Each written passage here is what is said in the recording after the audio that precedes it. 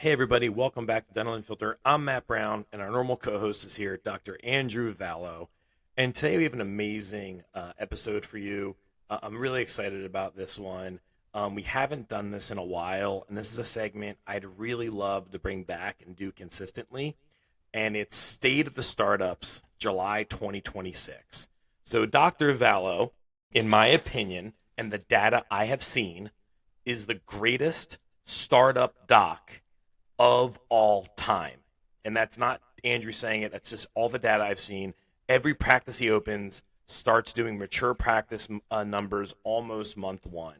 And I think the State of the Startup episode can be really inspiring to startup docs who maybe feel a little defeated and need a motivation. So, Andrew, we've done a lot of startups since the last State of the Startup. Where do you want to start? Well, I don't think we've done a lot since the last day of the startup. I've done one startup since the last day of the startups. I was thinking 3 or 4, so I could be. Yeah, no, well, we got some more in the works. So I thought this was so guys, today is July 2nd. I thought this was a good time for an update episode here because we just finished the first half of 2026. So, second quarter, first half of the year are done. We just got our final. We don't have our final EBITDA numbers because that takes a little time to kind of normalize everything.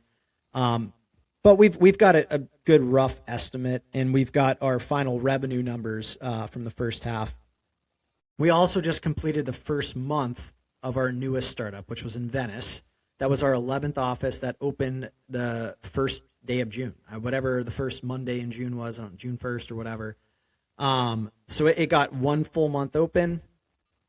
So I was going to talk a little bit about that. We also have 3 more startups that should be opening this summer, so we'll get into those. And then talk a little bit about numbers and projections and all that good stuff. So I guess we'll start here with Venice. So again, we just finished first month open. That office saw over 200 new patients in its first month open. Here's the crazy thing, guys. I used to, and I think I may have mentioned this before, but I used to start the marketing like 2 months in advance before I open a practice. I would try to start kind of pre-booking the schedule, get maybe like a VIP list. We'd do like a community event, with the first couple practices. Over the years, as I've kind of fine-tuned the system and worked with Matt's team at Energize and like realized how quickly we can turn on that faucet and it just like, fills that sink. I realize I don't have to do that anymore. And here's the other thing. Delays happen. When you're doing startups, and guys, like, I've seen it all. And so you'd think I would have a finger on the pulse and I would know everything. But, like, you never know. And I'll get into one of those stories here later in this episode. But the nice thing now is I typically don't start our marketing until about 1 to 2 weeks. And the last couple have been more like 1 week before these practices open. So, imagine the anxiety of looking at a new office schedule, looking at Open Dental, I remote it in, and knowing we open in about a week, and there's not a single patient on the schedule. And I've got a full-time associate doc that's going to be there that I've got to pay for. I've got a full-time hygienist that's going to be there I got to pay for. I got a treatment coordinator. Everyone's full-time. I don't hire part-time employees typically. I mean, certain circumstances. But like when I open a startup, everyone is full-time. Full-time hygienist, full-time office manager, two full-time dental assistants. I've got, a full startup staff ready to go. Week before opening, 0 patients in the book. A week later, office just opens. We had already booked like 80 patients.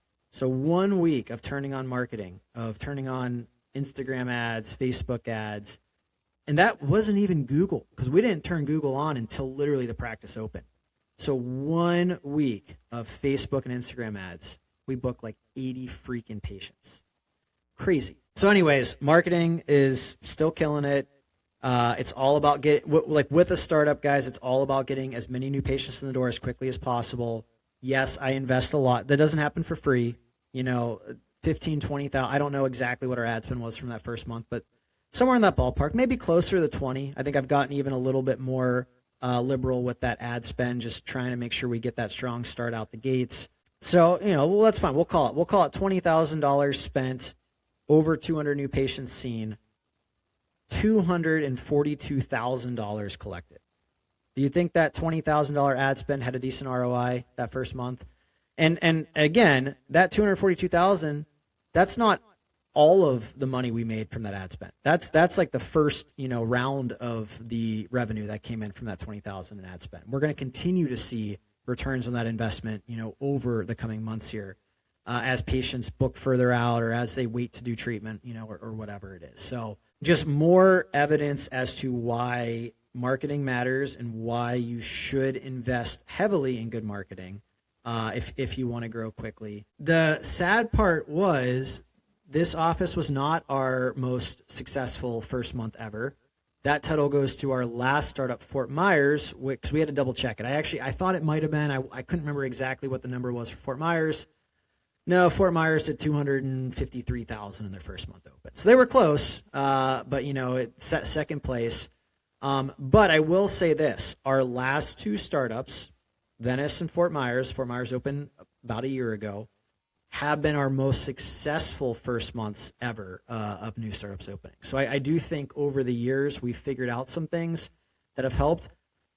One of those things is we've gotten better about planning to have certain key employees at those new locations during that first couple weeks that they open. So like our COO, Manny, also happens to be one of our best salespeople, treatment coordinator. He's not a treatment coordinator, but he can sell treatment. Brooke, our CSO, our most successful like actual treatment coordinator, we had each of them kind of rotating weeks down there the first couple of weeks they were open, and obviously that had a big impact on how much treatment they closed and how much they collected, and gave them a great opportunity to hands-on train our new treatment coordinator that's down there for that office. And I'll tell you what, since they've left, they haven't been there much in the last week or two, she is killing it. And I think a big part of that was getting to spend so much time seeing how the best in our organization do it. So that office is off to a great start. Really excited about their potential there. That's one of the offices we're adding IV sedation. So we're going to have IV sedation at, actually, it's going to be close to half of our offices now, because we've got a couple docs now that are doing IV sedation that are going to kind of rotate between a few different locations. So that's exciting. That's, a new service here that we're adding. So, guys, this year, we came into this year averaging about $2 million a month in collections. I believe January we collected about 1.95, so right on kind of par with what we've been doing recently. February, March, we took a little step up. I think February was a record for us at the time. I think it was like 2.18 million. March was like 2.09. So again, a little bit above what our average base had been the last 6 months or so. So we kind of felt a little bit of momentum coming into, the Q2. And then April is when things really took off. So we took a big step forward in April. We collected 2.54 million, give or take, in April. So that was a huge record month for us. May, we did 2.3 million. So, a little step back from our record month, but still very strong. That was our second best month ever at the time.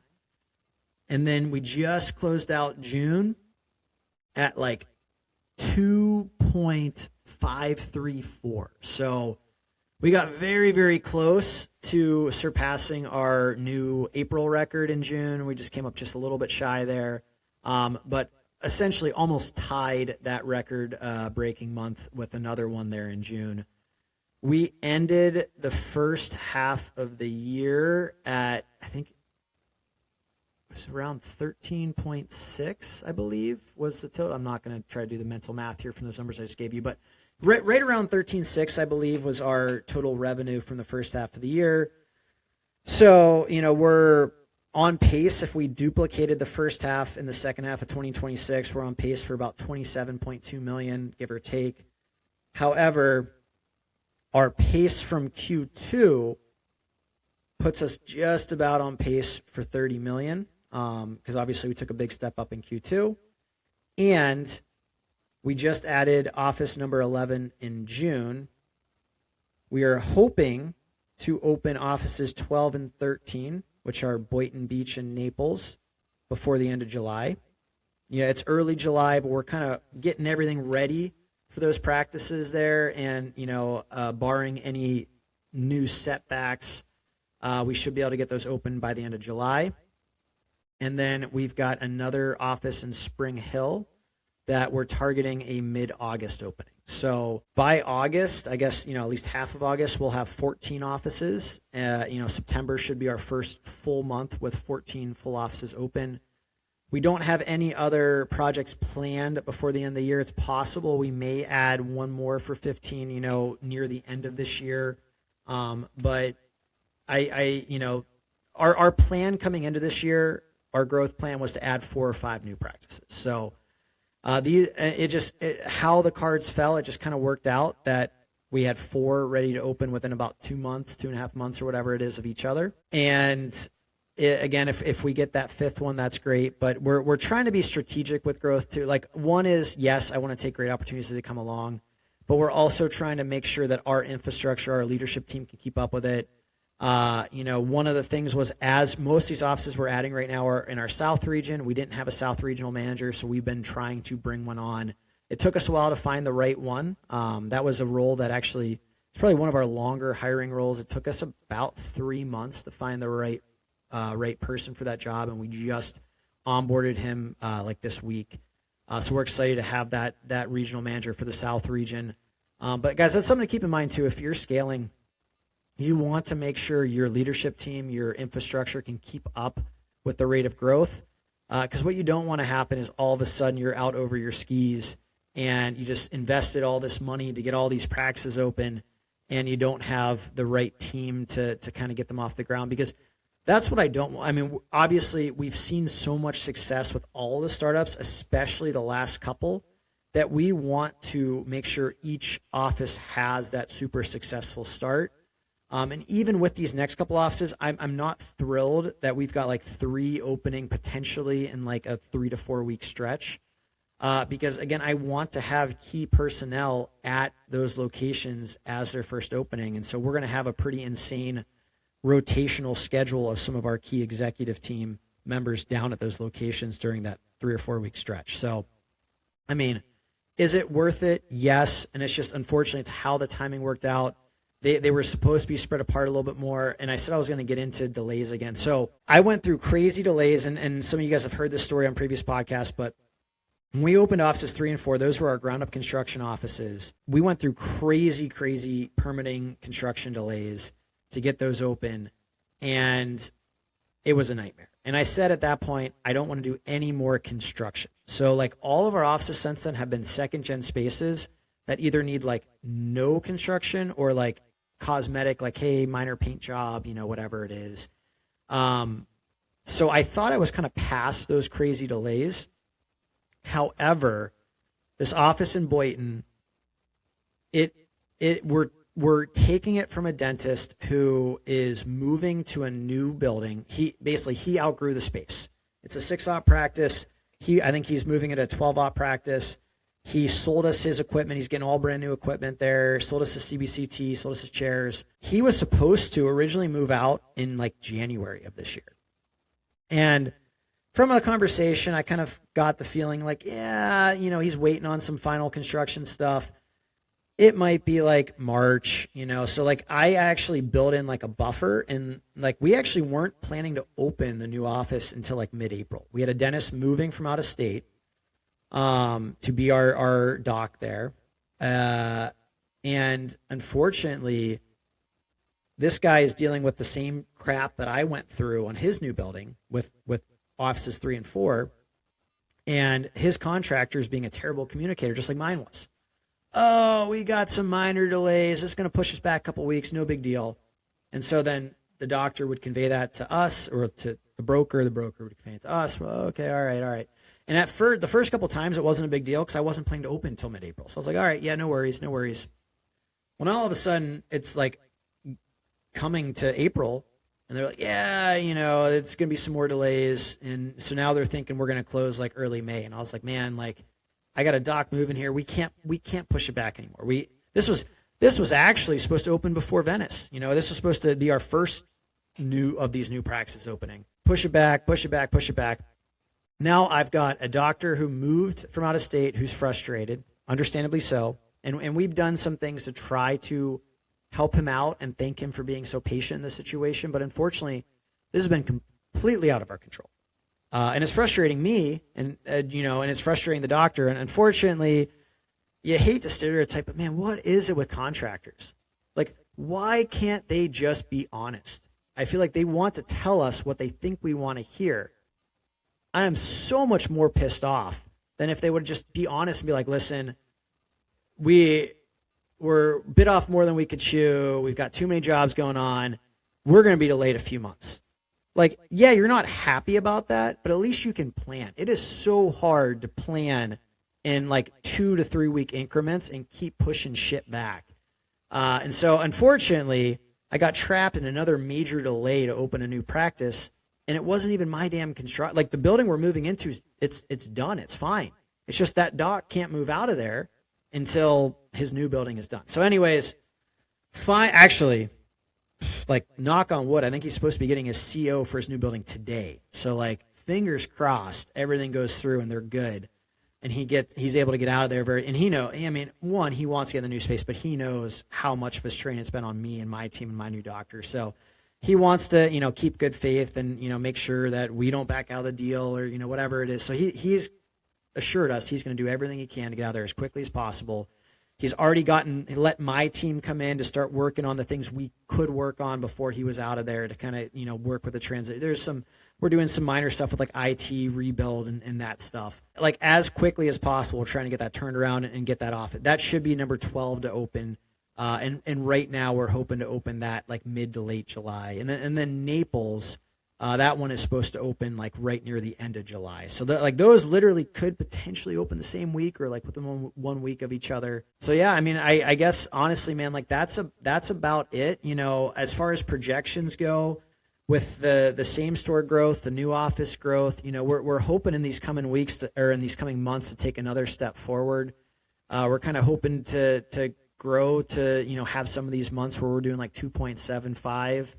And the goal is like by Q4, by maybe like November, as we've got all 14 offices hopefully rocking and rolling, we'd like to start making a push for those $3 million months. And if we can kind of scale like that, we should be able to hit and hopefully break that 30 million revenue mark for this year. So It's like impressive that you're hitting those numbers and they're 100% startups. It's really funny. I had a conversation the other day. I was on with a doc and I wanted to hand them off to Ideal Practices. And the doc said to me, "Oh, I've talked to a lot of my colleagues," and he said they weren't worth it. And I was like, "Well, do you know how to credential? No. Do you know how to negotiate leases? No. Do you know how to work with a contractor? No. Do you know how to work with an architect? No." And I was like, "Seems like it's worth it to me." And it's funny, like, you need this foundational thing of like, how do you get a startup open? And I feel like that's the beginning of the failure, and it kind of ripples if you don't do it right. And I feel like me watching you over the last 5 years or whatever it's been, one thing that's true about Andrew Vallo is you're a very good beginner. Like, you're really good at the beginning of things to set you think of the beginning for what happens in the middle at the end, where everyone thinks at the end and tries to figure out how they get there. You build a very good beginning of everything you do. well, and I think that's a fair point, Matt, in the sense that I'm definitely way more involved at the beginning. So, in my current role as CEO, I'm not super involved in the day-to-day operations of our existing practices. I am a little bit more involved. Now, I don't go to the practices physically, but behind the scenes, I am a little bit more involved in those, like, well, let me say this. I'm more involved when there's a change. So like a new practice is a change. And so I am involved like in making sure that everything is set up so that practice can excel and hit the ground running. And then like once, like honestly, even at this point in time, with the office only being a month old, I'm already way more hands off. Like my big crazy stretch trying to focus on that practice has already kind of come and gone. And now that team there can run things. The other time I'm involved is when we make a change in an existing practice. So like right now we're making some, and I'm going to talk some more about this on another episode here soon, but we're making some changes where we're adding some additional doctors and doctor days to some practices and procedures like the IV sedation and stuff. So like when we make those changes, I am more involved to make sure that schedules are set up how I want them to be and changes are implemented how I want them to be. But like once they are implemented and I kind of see that they're working how my vision had them set to work, now I kind of take hands off again. So like I would say like my role in the day to day is when things are changing, I am involved, and when things are kind of stagnant or running appropriately, that's when I kind of take my hands off the wheel and let my team, take over the reins. So that's about all I had for the update here, guys. Just wanted to keep you, as always, very transparent with the numbers. Want to let you know how things are going, what's working, what's not working. And probably the next update will likely be closer to the end of this year, maybe as we're trying to, hit some targets. And once these other 3 practices are open, to kind of let you know how things are going with those new startups. So thank you guys so much for joining us. Please like, share, subscribe, follow, leave a review. We read the reviews and we love them. Thank you guys so much and have a great day.